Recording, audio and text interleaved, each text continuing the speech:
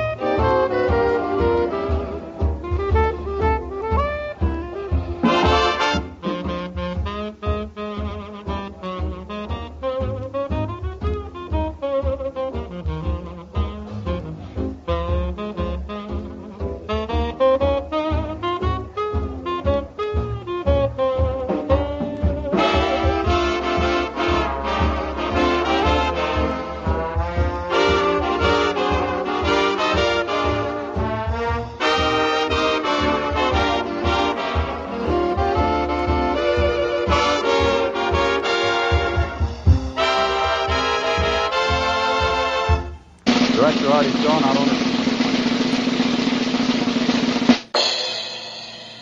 Welcome! Okay, oh my gosh. Yes! We are back in Palm Springs.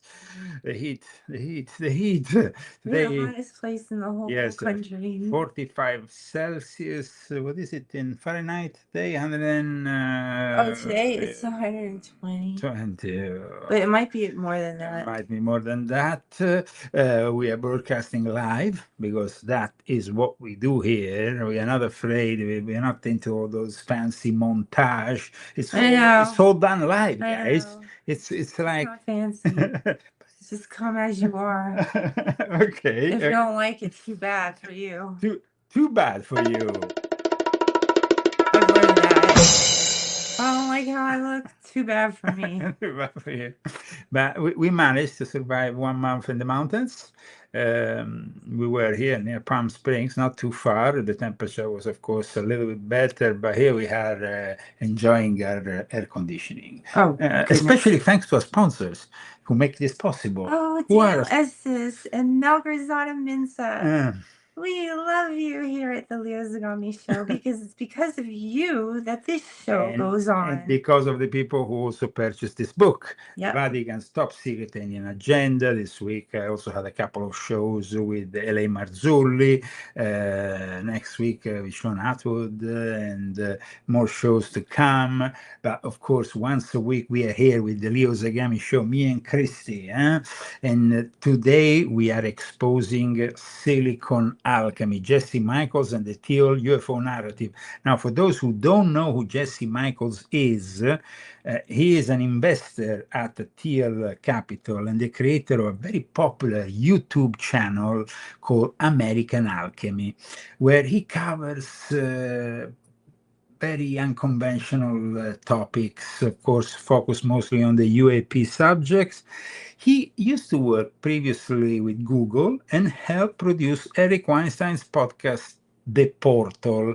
He operates as an investment analyst, associate. He's an associate basically to Peter Thiel. Yes, Peter Thiel, the guy who is obsessed with the Antichrist, who has a very misleading view of the Antichrist, by the way. He actually works for the Antichrist. Now, one thing that I exposed and I explained, as you know, in The Rise and Fall of a Frankist Monster is the connection that Peter Thiel, as a native of Frankfurt, Main in Germany, has with the Sabbatean Frankists.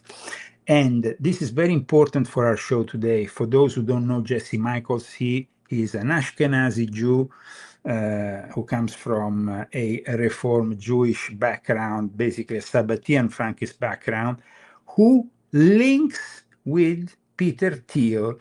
And I said, Peter Thiel is not a Jewish person, but in Frankfurt, that was the place near Offenbach. It's basically in the outskirts there where Jacob Frank had his castle, recruited also a lot of Christian families. And so here we have a very incredible connection, because this is a young guy, a very young guy, likable guy, a very good communicator. Jesse Michels is probably the future of a controlled narrative which is already ongoing, in which Peter Thiel is not just a passive figure. So let me explain a little bit better. Palantir Technologies is, as we know, considered a major defense contractor. So when we are talking about the legacy program, we know that one of the main central, we have the CIA, we have the Air Force intelligence, and we have the defense contractors. And of course, in the legacy program, contrary to what some people, have been saying, because conspiracy theorists online claim that Jesse Michels is actually hosting American Alchemy. He admitted he actually has the money thanks to the work he has done for Peter Thiel to do this very well-produced show. But this guy is also not really somebody that comes out of nowhere. So, Jesse Michels has worked at the Huffington Post, Ted Grunch, at the Columbia Daily Spectator. He was working, he grew up here in California, in Santa Monica. His father, a psychotherapist called Barry, who also had a passion for UFOs. But he also was an intern for the Daily Show of Jon Stewart, Charlie Rose. He is somebody who went on to work in operations in artificial intelligence at Google. And then he contributed, like I said, to the show with Weinstein. And then suddenly, in 2023, out of nowhere, his American Alchemy comes out, and one of the first guests was David Grush, which is one of the major gatekeepers here. So let's go and check out this Sabbatean Frankist called Jesse Michels. somebody who knows very well what kind of game he's playing here. Huh? He's no naive person. He's very intelligent. But first of all, I want to introduce you to Jesse Michels and also his involvement in Thiel Capital, which is Thiel Capital is basically the holding that puts together Palantir and all the various interests of Peter Thiel. We know that Palantir provides critical AI and battlefield intelligence software, such as the Maven Smart System, which is an official program of the US Defense Department. The Department of Defense and various intelligence agencies are very much connected with Peter Thiel, and is very much involved with the war in Ukraine, with Israel. And the company, actually Palantir, not Palantir. I had a hard time with that somehow.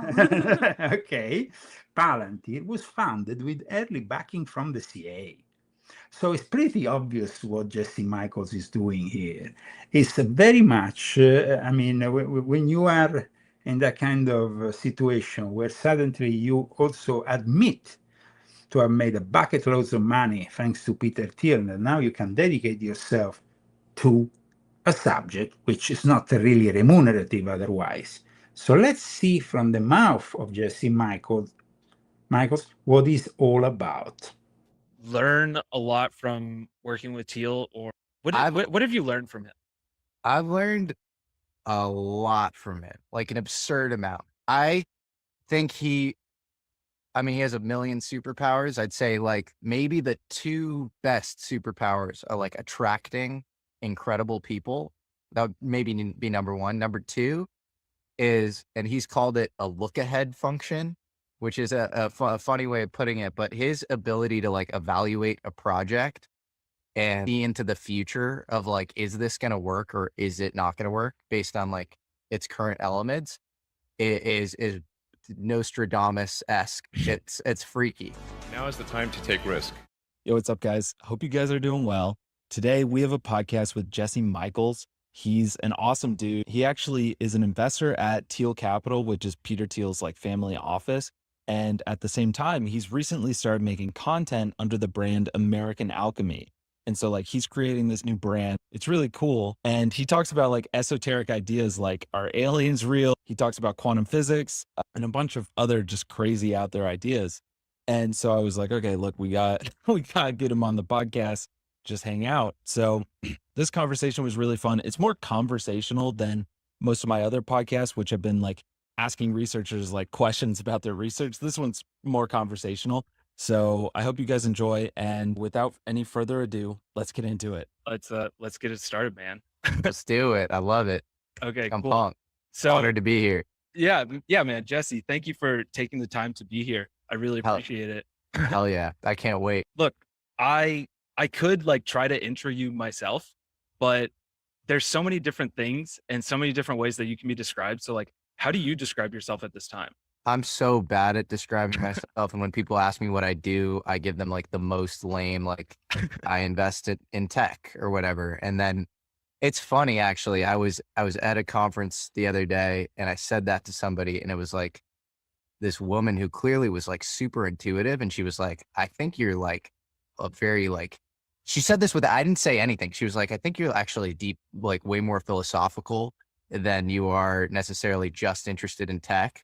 And I was like, what? And she's like, say more about that. Cause it's not just tech investing. And I was like, that's spot on. But yeah, it's hard to sort of, I guess, categorize, but yeah, I guess the career kind of the short of it is I studied history at Columbia. I was really interested in kind of like public ideas and public life and politics and society. And so I worked for Jon Stewart at The Daily Show just as an intern. And then I did the same for Charlie Rose and I always thought I was going to get into media, and then worked at Google for 4 years.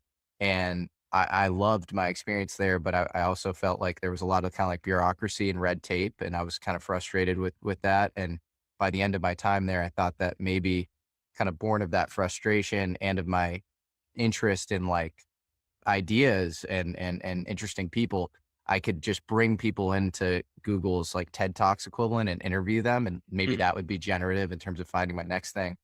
I hit up Peter as part of that, Peter Thiel, who's my current boss. He actually couldn't make it into the talk, but we ended up getting lunch and just hit it off. And then from there, over the last 4 years, I've been at Thiel Capital and have worn a. So what does Peter Thiel want from American Alchemy? From a show that basically is inspired by people like Jacques Vallée, who Jesse Michels often refers as his mentor, and we have explained the connection here between all the various Vatican gatekeepers, Jacques Vallée, the military-industrial complex, and the legacy program. So some people think that Peter Thiel is financing this operation to facilitate the disclosure that could benefit his company. But guys, you must be blind. I mean, Peter Thiel is one of the biggest defense contractors, and you think he doesn't already have a connection with the legacy program? I mean, they're using reverse engineering already. So it's like people think that all this show, American Alchemy, is to push finally disclosure so then Peter Thiel can use the alien technology. You must be smoking some really bad stuff, because in reality, Peter Thiel is part of the problem, because he's, of course, one of the biggest defense contractors we have at the moment. And just like other people like Elon Musk, and he has some very strange ideas. In particular, Peter Thiel, we know he's connected to what we know as the Straussian movement. Now, people will say, what the heck is the Straussian movement? Yeah, what is that? What is that? I want to know. The Straussian movement is a movement that basically recognizes, even before Peter Thiel, they also thought that George W. Bush, for example, was part of it, or his father, that recognize that things don't happen by chance, and that in history, all the greatest writers, the greatest products were done in a way exoterically for the masses, but they always had an esoteric reality they were hiding in the background. So there is a esoteric reality. It's an influential school of political philosophy. It's rooted in the teaching of another German, American, in this case, Leo Strauss. Leo Strauss died in 1973. And the core intellectual pillar of this movement is the belief that the greatest philosopher throughout history, and in fact, we often hear Jesse Michels referring to not only esotericism, but also Plato. And Plato, apparently just like Machiavelli, for Peter Thiel, who follows the Straussian movement, believed that there is a core esoteric writing, and that the Straussians argue that because these thinkers held dangerous or heterodox ideas that could disrupt society or get them persecuted, they hid the true message, the radical meanings between the lines, and the surface text, which we call the exoteric, becomes the public. What is meant for what people think of Plato, Machiavelli, officially, what they are taught in school is not what is actually hidden in the esoteric message, which is hidden, which was left only for a select elite capable of handling that truth. So it's a very elitist way of I mean, the critic of modernity and relativism. Straussian reject modern progressivism, modern relativism, and nihilism. They argue that Enlightenment mistakenly abandoned the search for natural right. Now, we know that Jesse Michels used to be an atheist by his own admission. We're not saying it after I'm going to let you hear it, but then he transformed himself. He was obviously very leftist, as he was writing for the Huffington Post is basically very progressive, very leftist. And now, though, it's changed. because he's on board with Peter Thiel. Let's continue to hear what he has to say here in this interview. It is just cut and dry, kind of like tech investing, like have like a P&L that needs to perform. So it's almost like a little fund within the family office. And then the other part of the role is like bringing in interesting thinkers and ideas. And that's sort of parlayed nicely into producing the portal, which, as we were talking about, I hope gets restarted at some point. And then my you produce the portal? Yeah, I did. What do you mean by that? So you get the guests for that? Yeah, I would get all the guests for that and like help with the research and the programming. It was pretty turnkey in terms of the actual production itself. I kind of set up a deal with the studio out here and it helped with like the initial strategy in terms of like ad sales and stuff. But yeah, sure, cool, yay! Here in California, it all goes flowing and it's all natural. We have a great giant and we think about the future, guys. It's not as natural as it seems, because behind the scenes we have great manipulators, like I explain in this book. The mentor, for example, of Diana Walsh Bazooka, who has been, in fact, a guest on American Alchemy, is Jacques Vallée. Jacques Vallée, for Jesse Michels, is, of course, an idol. Let me show you how he treats Jacques Vallée. Well, there is something deeper that creates the illusion of space and time in humans. The UFO world can be a spooky one. It's hard to know which sources to trust. You have to listen to your inner voice about who has ulterior motives, who is profiteering, who is spreading disinformation, and who is performing. Yes, you. Because Jesse Michels is the kind of guy who will never have on his show Leo Zagami. No. He will have all the gatekeepers that I have listed in this book, the Vatican's top secret alien agenda, but he's not going to ever have Leo Zagami. And this is very clear. They want a control of the narrative. We are talking about Sabbatean Frankist. When I said the Straussian movement that is promoted by Peter Thiel, Leo Strauss was a German-American political thinker and scholar of Ashkenazi Jewish descent. He actually came from a Sabbatean Frankist family. He was born in a place filled with Sabbatean Frankists in Kirchheim, Essen-Nassau, Prussia. So we are talking here about people who are all, all bodies from ancient times, basically, their families, their DNA. He actually recognizes that. I'm going to make you hear after what he says in another interview. But watch what he says about Jacques Vallée. Psychological operations on the American population. The point is, without an internal compass, it's easy to end up alone in a hallway of mirrors. These days, since our technology platforms are so high. Wow, Alpudov, woo! And he went and interviewed him with his pal, Eric Weinstein. Generate effects, then it really is a zoo of options and possibilities. But occasionally you meet longtime researchers who are clearly on their own genuine quest for meaning in life. And their inquiry into UFOs is just one. Here we start with the butt kissing.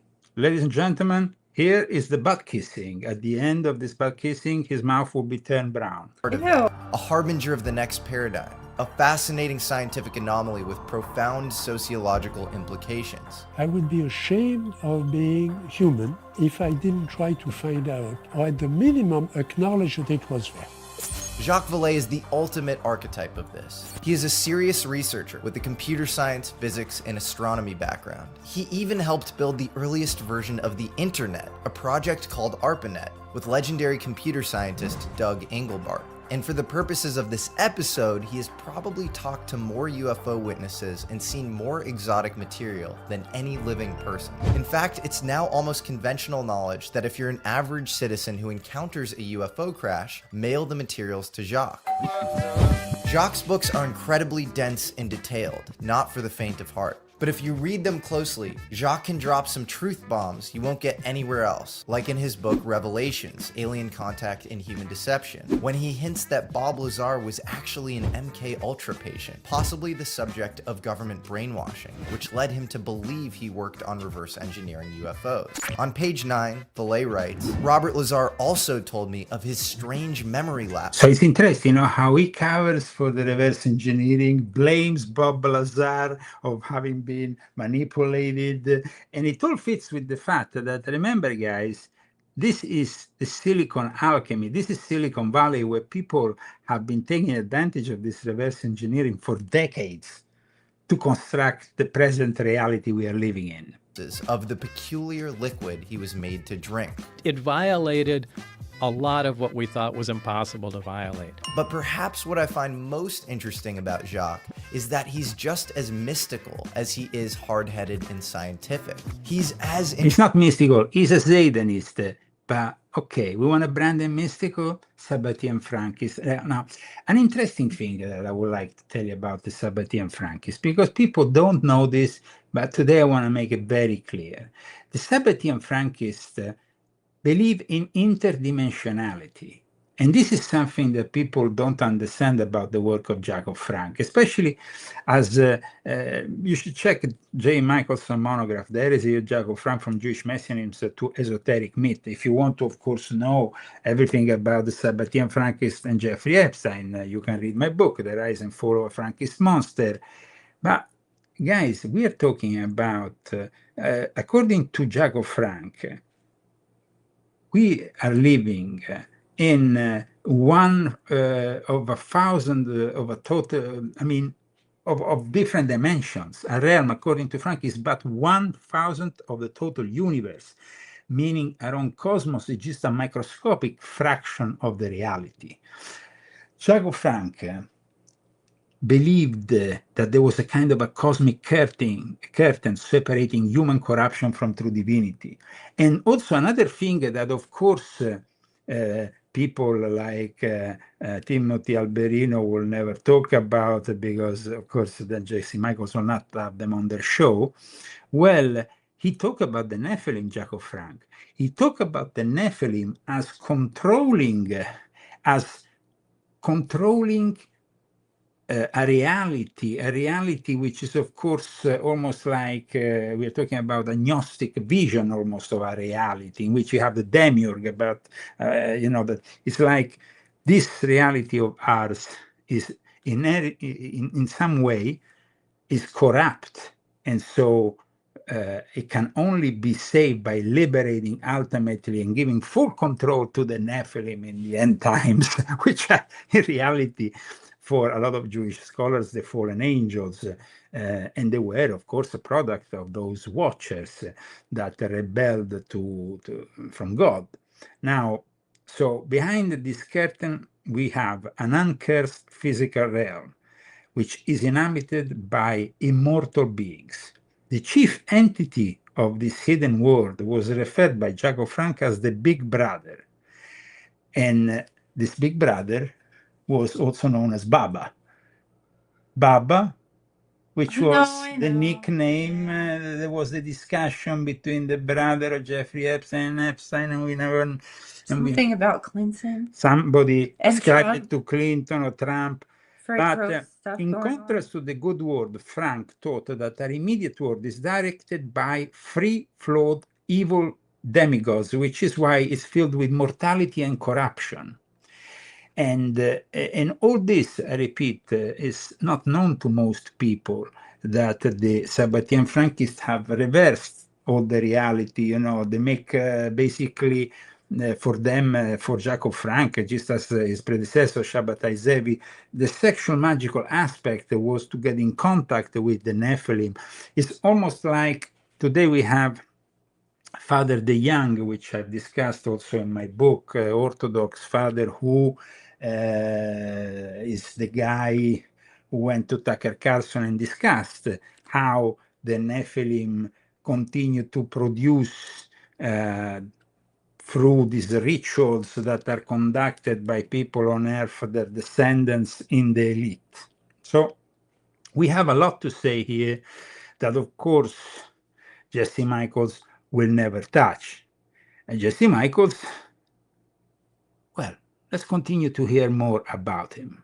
Oh, nice. Kind of Nice. runs itself at a certain point. So really, yeah, mainly like getting guests and stuff. That's so funny because that intro is not what I would have said at all. Well, first off, I didn't even know you worked at the Daily Show. I guess you're dating yourself a little bit. I am, man. I totally thought you were like, maybe you're older than I thought.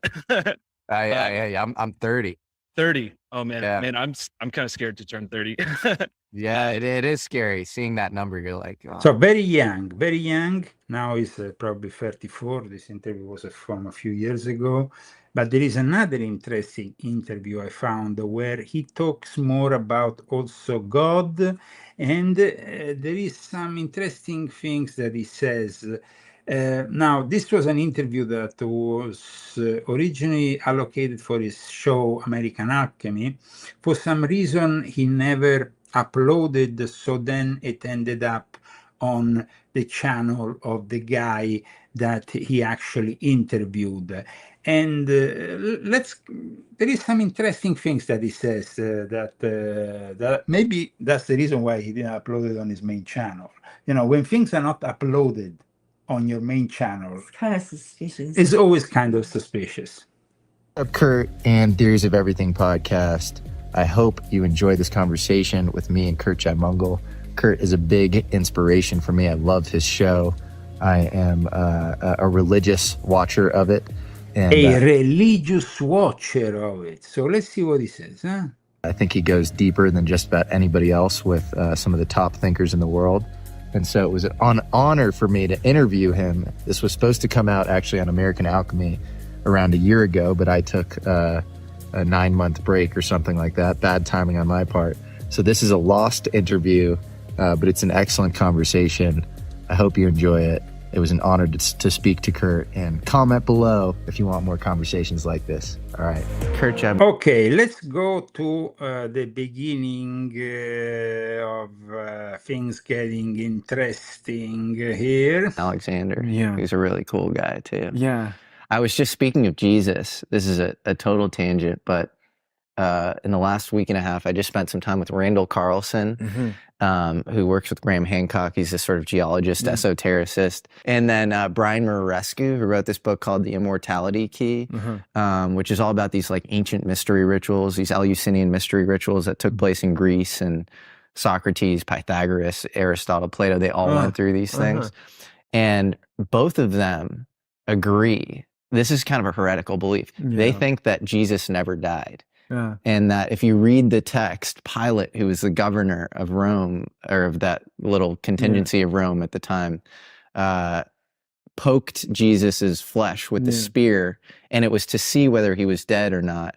But they think maybe Jesus was given a sedative, and it was sort of either a mystery ritual or he like faked his own death, and then he was put in a shroud of like resuscitating herbs by this guy Joseph of Arimathea, and then he survived and maybe even had a bloodline like and like into today or something, which is really fascinating. I don't know. Yeah, that's definitely heretical. Yeah, it's heretical, right? It's heretical. It's heretical. Okay, so let's move forward into the various topics of interest in this interview, aside from this heretical standpoint on Jesus and a possible bloodline, which of course has been covered, especially after the Dan Brown book, for decades. But let's move forward. It's Horseman and Dawkins, of course. And they would just, you know, it's like yeah, and I loved watching the God. Okay, here he talks about his link to atheism, when he used to be linked to what is called the New Atheist Movement. Check out. Yeah. From 8 years old. Yeah. Up because this guy here also used to be an atheist. Until a few years ago. Yeah, I used to be a fan of, like, you know, the Four Horsemen, Daniel Dennett, Sam Harris, Christopher Hitchens. Who was the fourth? And the fourth was Horseman. and Dawkins, of course. And they were just, you know, like and I loved watching the God delusion and God is not great and, you know, all that stuff. Yeah, it was great. Yes, it was great, but something changed. Oh, wow. You see, if you come from a Reform Jewish point of view and a Sabbatean Frankist background, of course, you can easily become an atheist, just like Carl Sagan. We talked about him last week. If you want, go and check out last week's episode, because it was actually a very successful episode. This is Jesse Michels, the guy who not only works with Peter Thiel, but is also carrying on a very subtle and secretive mission for Peter Thiel in this soft disclosure kind of context. Yeah, like you call them a talking head. Talking head, yes, a talking head. And then I started to realize, I don't know, I just think there's so much weirdness that we can't explain to the world. And even through a physics lens, like I'm interested in the anthropic principle and sort of the Goldilocks environment that we live in. And to me, that signals possible intelligent design and anomalies in evolution as well. And so I don't know whether that's God. God to me is sort of a placeholder term, but a placeholder term. Oh, wow. And intelligent. Have you heard of Dembski? No. So Dembski. Have you ever heard of God? I don't know. So let's move forward in this interview, because there is also some other interesting moments that I would like to analyze. So let me see here. There was a specific one. John D. Rockefeller at the same time. It's this bizarre thing. And so like the only way to be that ruthless is to like hide it in this sort of, and I think about that sort of with respect to Marxism and stuff. Like Stalin is like, I think about this, like Stalin's, we think of Hitler as still the proverbial like worst person in the world. Stalin is definitely a bad person, but he's not thought of in as bad terms as Hitler. And I think that's because fascism is overt and Marxism is covert. And so there's something about the utilitarianism thing where like you can really hide like the most dangerous ideas in the name of like sort of nominal equality. Yeah, so I think, like you said, being suspect of anybody that doesn't acknowledge their own depravity. Yeah, I think. Yeah. So, for instance, years ago, I remember when I started to have this practice of anytime I find myself saying, I'm like, oh, I love myself. I'm doing such a good thing for this person. I question myself. I'm like, how is this from laziness? How is this from selfishness or deceit in some way? Yes. Or malice? Okay. So I was washing the dishes, and then I was like, because my sister came home and I started washing the dishes. I'm like, yeah, because you know why I'm doing this? Because I don't want her to come home to a dirty home, and I wanted. And then I realized, no, I'm washing the dishes because I want her to see that I do chores, so that she can do the majority of these other chores. Like I just analyzed myself. I'm like, oh, piece of ish. Like you, and then there's other reasons. Like, so I'm pouring water for someone else first. Yes. Why? Because like, oh no, I'm such a gracious host. But there was something else there. I've forgotten the reason, but it's like I want to appear gracious, or I thought there was like a bit of lint in it, so I'm like giving it to you. I forgot what it was. Totally. But often, and I have this list I catalog anytime I come up with one, just so that I could remind. What do you think of these people, Christian? These young millennials? Is this a millennial? In their 30s. Millennials. Yes. What do you think of these millennials and the way they? I don't know. I try not to have opinions about people. Okay. I really try not to. So now we said Jesse Michels likes to be the protagonist these days of one of the most successful podcasts on the subject on the internet. He gets millions of views. Maybe I'm just jealous. No, but it's not a question of because we don't get millions of views, and we should, and but we didn't sell out. So well, of course, you need to sell out if you want to have a really success. There was a moment in the beginning of our relationship when somebody came to you and asked you to sell out for a lot of money. Yes. But it's not really a No. an option. No, for us, it's not really an option. Like people who have read my books, they know I don't do these books. I don't try these books to get on the circuit for conference and stuff, because I actually go against the whole thing. Yeah. I actually expose the people, like Contact in the Desert this year.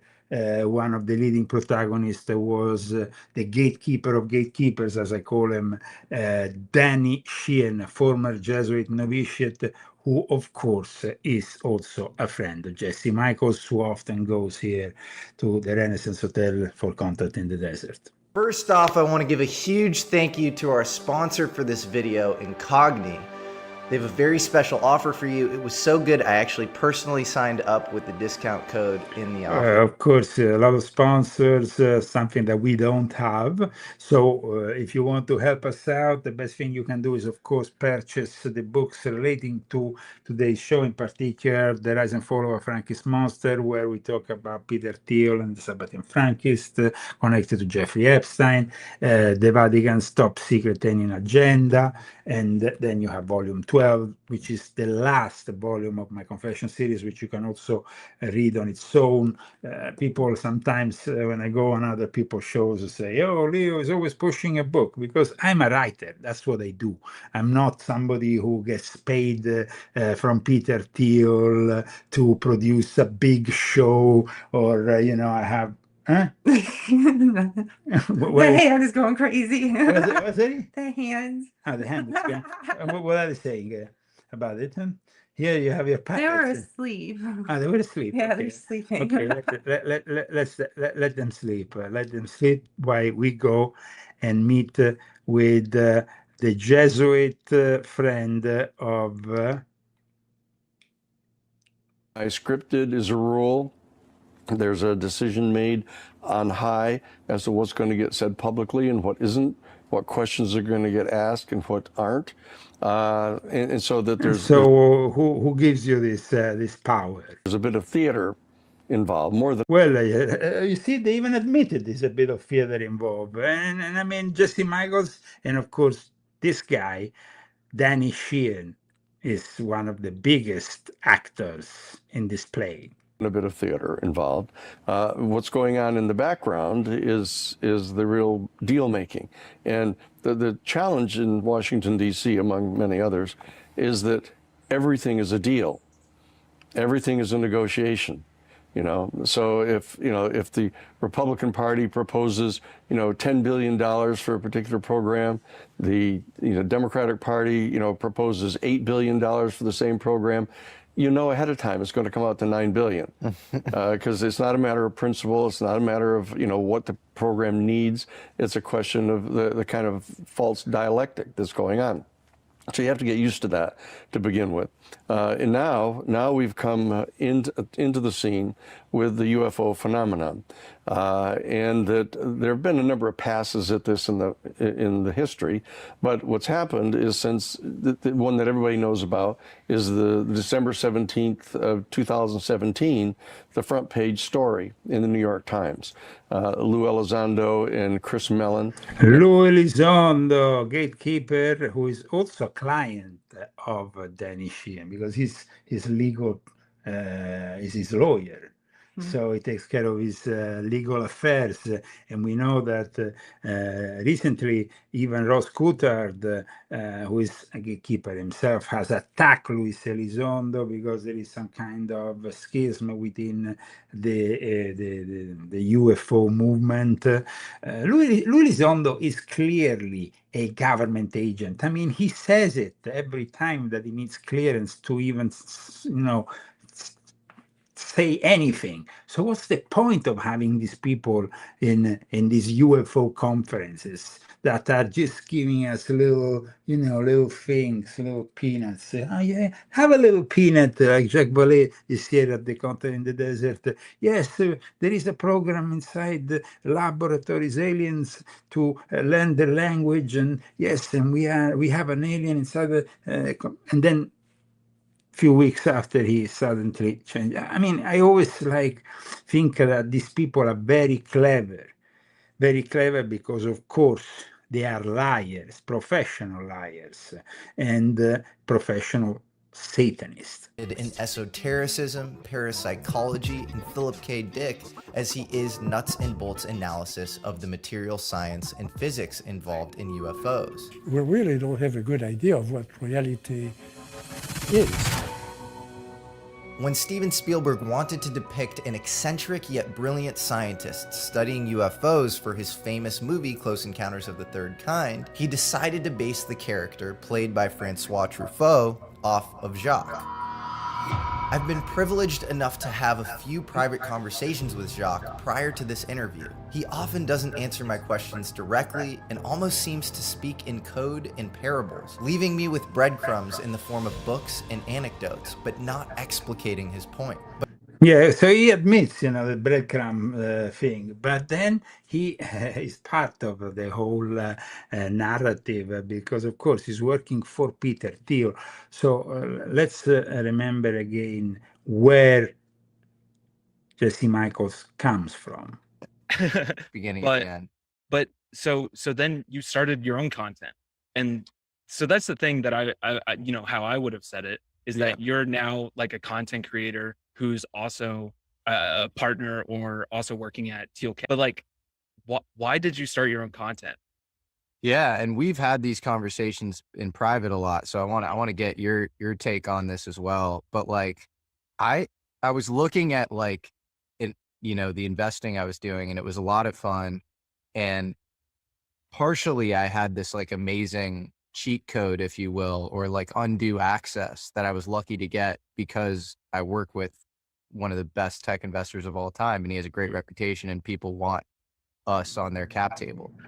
Somebody in Frankist, great investments, great money, and then of course dedicates himself to a very important topic that these days is, of course, the control disclosure that not only the government has put together, but also part of the private sector that includes, of course, none other than Peter Thiel.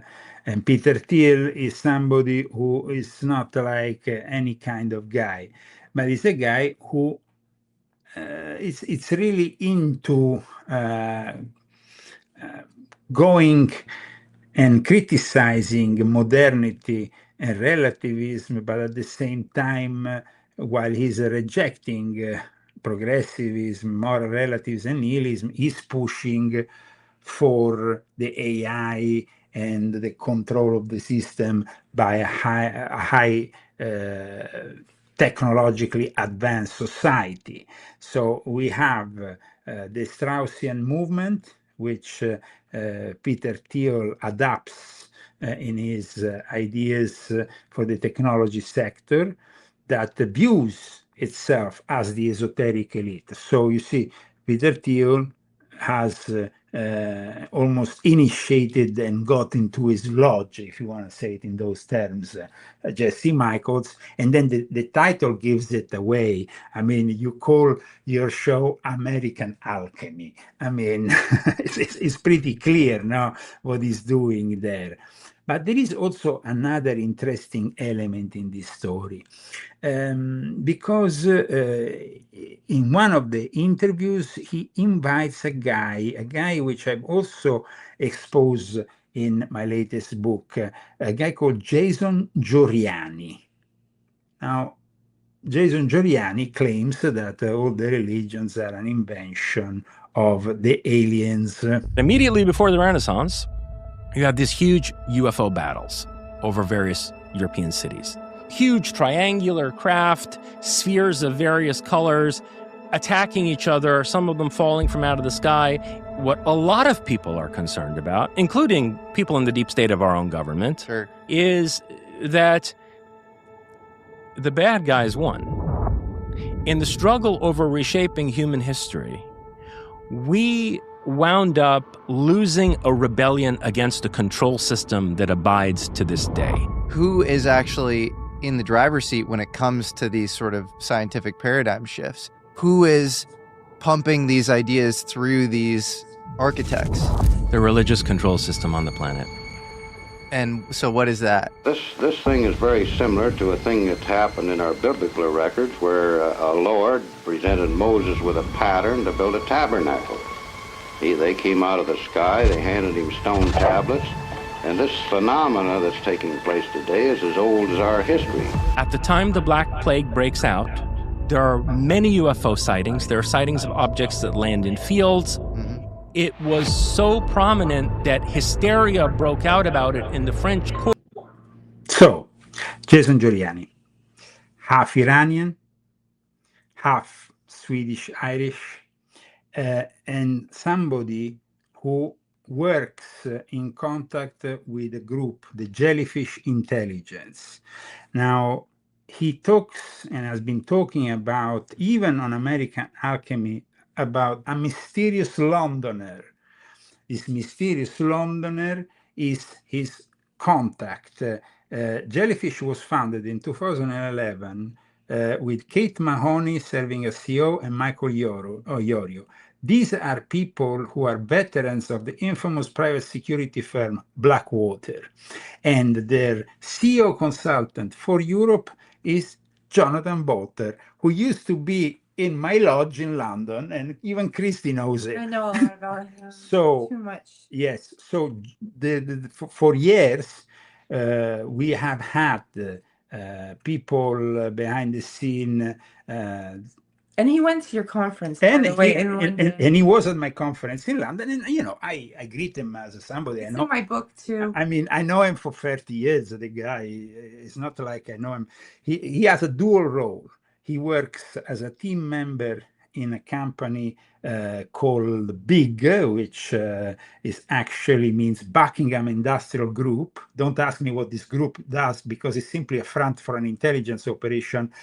Together with the other group, he works officially as CEO. I mean, you can go on LinkedIn and find him. He's the CEO consultant for Jellyfish Europe Covert Intelligence Operations. So he is the guy who controls Jason Giuliani. Jason Giuliani talks about this mysterious Londoner, but Jason Giuliani also attended the school where Jeffrey Epstein was teaching, the Dalton School in New York. Yes. It's incredible how this all connects. It all connects, and he was actually kicked out eventually from his position as an academic teaching position at the New Jersey Institute of Technology when somebody posing as a false right-wing guy made him say that in the future there will be concentration camps in Europe, that by the year 2050 Adolf Hitler will be in the coins and the money printed in European currency. I mean, this guy is literally insane. But of course, Jesse Michels, as a typical Sabbatean Frankist, loves the Nazis. And Charlemagne was considering declaring war on the tyrants of the air. 3 men and a woman were seen descending from these aerial ships. The entire city gathered about them, saying that they were magicians sent by Charlemagne's enemy to destroy the French harvest.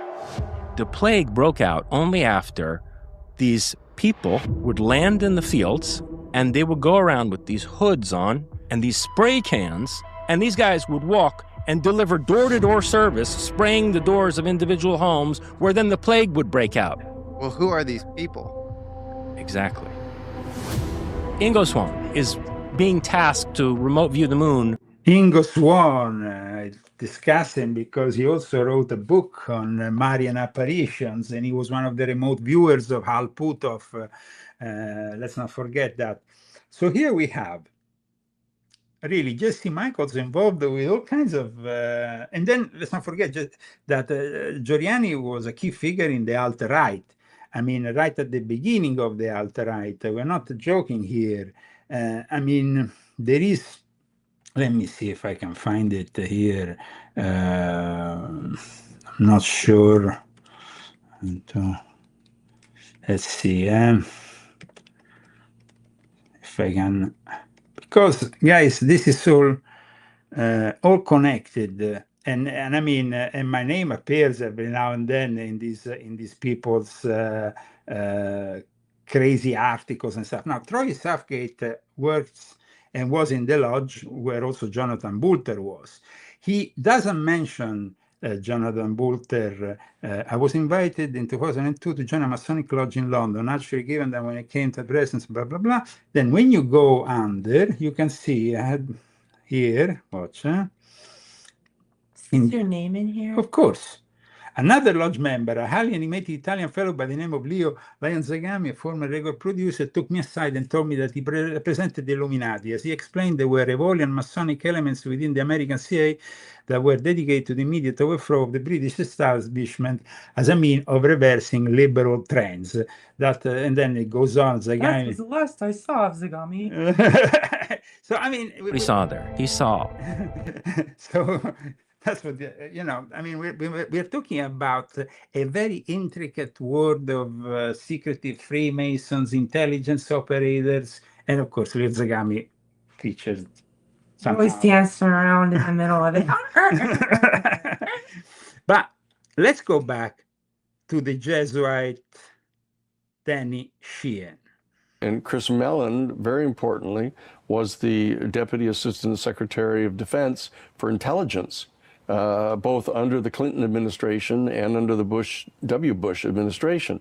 So he's kind of a bipartisan, Mellon a family guy. And Lou Elizondo was involved in the program that the Pentagon had, a secret program, above top secret, the real elements of the program, where they were attempting to develop a weapon system, an advanced weapon system, using the technology that they'd recovered from UFO craft. The thing that people don't... We know that. It's called the Legacy Program. But everybody has to, like he's really an actor, this guy. Yeah. Realize, there's this big hubbub, with the front page story in the New York Times, and everybody's saying, oh, here's two amazing whistleblowers that've come out of the shadows, and they've come forward and they've made this extraordinary set of revelations about the existence of this secret program. And it turns out the whole thing was authorized. I mean, that the United States Defense Department Office of Pre-Publication Review. Yes, that whole article. Of course, if you go on the New York Times, you're authorized. It's a little bit like when in 1974 the first article came up about the MK Ultra, and suddenly everybody, what is MK Ultra? And then you had a commission, and everybody, oh, and still to this day we don't really know what happened with MK Ultra, but they keep on talking about it. Actually they got back into it, and then you have Paulina Luna, and then you have all those other Tim Bush, all those Republicans, and say, oh, we're gonna go and dig this. And guys, if we have to believe in all the rubbish because it is rubbish when it never materialized. Trump promised the JFK release, the UFO, and even Jeffrey Epstein. I mean, come on, man. You're going to get it all. You're going to see everything. Everything's going to be great. Yeah, sure. But in any case, these people are a bunch of scammers, and of course they are making money on this topic as well as controlling the UFO narrative. And or you just go for it. I was just gonna say, I remember when I got an email from you in like 2019 or 2020, and I was like, "Oh, Thiel Cap!" Like I was so pumped. I know you, but I was really pumped that I was like, "Oh." So man, remember, Peter Thiel controls American Alchemy, controls this disclosure, but he doesn't do it because he wants suddenly, to help humanity or even get to this alien technology, which he already has. He simply wants to control all the various, by doing this, they have like a bird's eye view. How you say that? Mm-hmm. On all the protagonists of this topic. And this interview that was made right at the start of Jesse Michaels' mission, well, it's very revealing. Connect with Thiel Cap. Yeah. No, it's like the Sun Tzu, like a battle is won or lost before it's fought. It's like an email is won or lost before it's fought. And like I'm lucky that I got popped into a role where I had a lot of leverage. Peter Thiel has a secret society. We know that by the emails that were even exchanged and found in the Jeffrey Epstein files. We know that then the secret society actually dedicated a whole article on leozagami.com because it's like Peter Thiel became, for me, somebody that you need to know about. And I think that the secretive dialogue secret society is definitely behind American Alchemy and Jesse Michels. And I saw that and I was like, okay, like on a go forward basis, I sort of want to do that in my own way in terms of building a brand around really cool ideas. And then the other thing I think is just like the macro of venture right now. And I know we've had a lot of these conversations, but like, if you look at like late stage venture right now, look at like the multiples a lot of these companies are trading at, and then you compare them to their kind of public equivalents that are trading at literally half the multiples. And then the amount of money that's been raised by these late stage funds like Tiger and Vision Fund and all these sovereign wealth funds. I look at that and I'm like, late stage venture just really, whatever the ARB was over the last 4 or 5 years, which was like private late stage stuff, was Jesse Michels, Ashkenazi Jew, Sabbatian Frankist, works with Peter Thiel. Wow. And his father, Barry. Let's go and check Barry before we end up this show, because today we have covered a lot. Probably more than we could chew, because I have a lot of stuff that still I would like to relate to you, but it will take hours. I think that is very important that we understand that these people are behind the scenes controlling the narrative. And that even if I personally enjoy sometimes American Alchemy myself, well, it comes with a warning that you cannot trust anything these people say or do. There is an article here, Against World Order, Alien Threats and the American Catacomb, that is, of course, based also on the work of Peter Thiel. And it's rather interesting, and it's also very much not a laughing matter. Please, Christy. Despite his declared Straussianism and corresponding caution when speaking publicly, Peter Thiel shared his startling views about aliens in his 2024 interview with Joe Rogan, where he demonstrated familiarity with the work of UFO researchers like Jack Valet and Diana Pasuka. Leo Strauss was a political philosopher who believed in esoteric writing that at times aims to conceal the dangerous truths that might destabilize social order. Thiel says in the Rogan interview that disclosure of UFOs could have such a destabilizing effect. So they want to control it. It's very clear, guys. I hope you appreciated today's show. Please share it with your friends and family. Subscribe to our channels with the bell so you get warned for our next show. Thank you to the sponsors. And all the people who have purchased my books, as well as Christy's book. Actually, books, because you have more than one. Yeah. My favorite is always the Zagami Family Cookbook, because I love to eat this great food. Zagami Family Cookbook, Authentic Italian Cooking by Christy Zagami. And then you have Confessions of an Illuminati Princess, Volume 1 and 2, which are also a different Can I say something about the cookbook? Yes.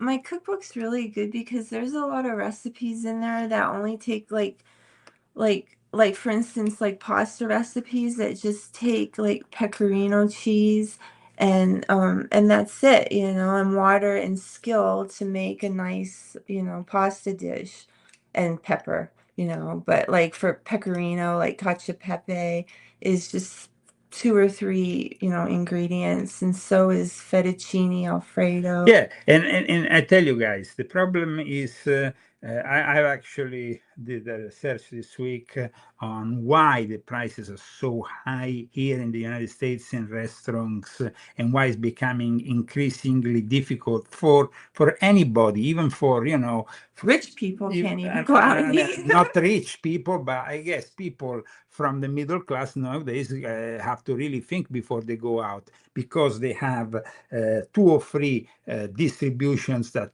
take care of the food for all the restaurants in the United States, and they are deliberately rising the prices so they can destroy the independent restaurants. They only want chains, guys, and chains don't deliver the quality food. And for that reason, this is actually one more reason to purchase this book and eat at home, where at least you know what kind of food you are cooking, the quality of it. And if you have help from Christy, you can really transform, as I said many times, your kitchen in a 5-star Italian restaurant. It's really... and the skill it takes to make Italian food is just basically you just learn it. Like I had to learn how to make things, and then I took a lot of I made a lot of mistakes, but then with the trial and the error, then you figure it out. But you got to keep trying, and you can't give up, and it's not that hard. It's just you have to know how to do it. So but that's for the harder recipes that are very difficult, but like there's so many easy recipes too that you can do. Somebody is saying here, I don't eat out anymore. I have Christy's cookbook. It's very good. Thank you very much, Katie. Thank you. Thank you so much. Let me play this a second. Yes, he likes to make diagrams. So let's call that the corporeal world, where you have space and time. And then there's another world called the intermediate world, where it's just subject to time, but not space. So when you go in your dreams, if you wake someone up, they still share the same timeline, but they went in space in some illusory sense, in some hallucination. So it's not the same space. So they're a part of the intermediate realm. And then he said there's some yogis, like super religious people and enlightened people and so on, who can access the aveternal realm, aveternal, which harkens back to, I believe, Aquinas, but I'm not sure why he doesn't call it eternal. Doesn't matter. The aveternal realm, which is timeless and spaceless. And he says that's where, I don't even think God starts there, but God creates that which creates the rest. And so those are some states you can get into. And he was saying that, he even said like, look, when I was studying with the yogis, the sadhus in the 1940s. Listen to this specific part. 1950s or 60s, before there was heavy Western influence.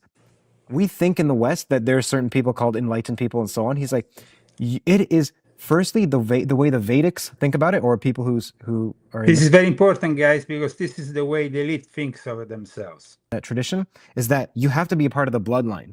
So it's not something like a belief that you can just adopt in the West. And then you're like, now let me take psychedelics, let me get enlightened and awakened and so on. It's actually only for a certain. It's heavily racist in that sense. Like it's only genetically for a certain type of people. Secondly, you have to have celibacy.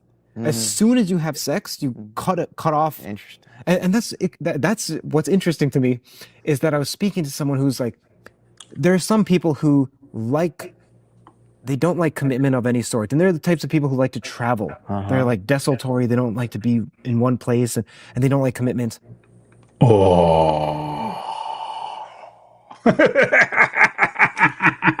No sex for the wicked, ladies and gentlemen. Illuminati want my mind, soul, and my Hope you enjoyed today's show. Put like. What did it say? What is it saying?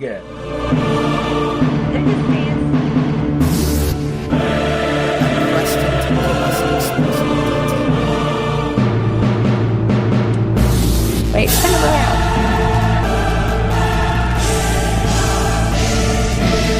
He loves her.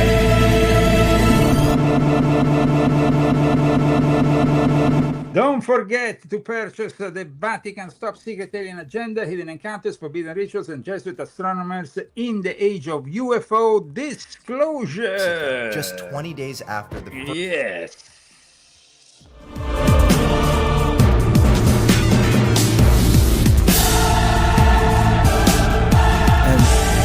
To me, I haven't found a case of that when I talked to the person.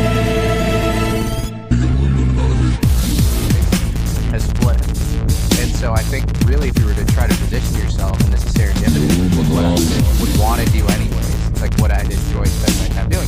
Is interest with UFOs is maladaptive to most people. How so? Oh, yeah, you're quoting me on, I think, Danny Jones. I think in some ways, and this actually speaks to, we're on modern wisdom here. I think a lot of what people should be focused on is the lower end of Maslow's hierarchy. Like, it's like subsistence living, paying taxes on time, putting food on the table, being basically healthy. And then I think at a certain point, then you start to care about this sort of more like existential, who are we? What's our place in the universe? What is humanity's place in the cosmos? And so that's why I think in some ways it's maladaptive, because if you don't have that lower end sort of figured out, it's like, why focus on this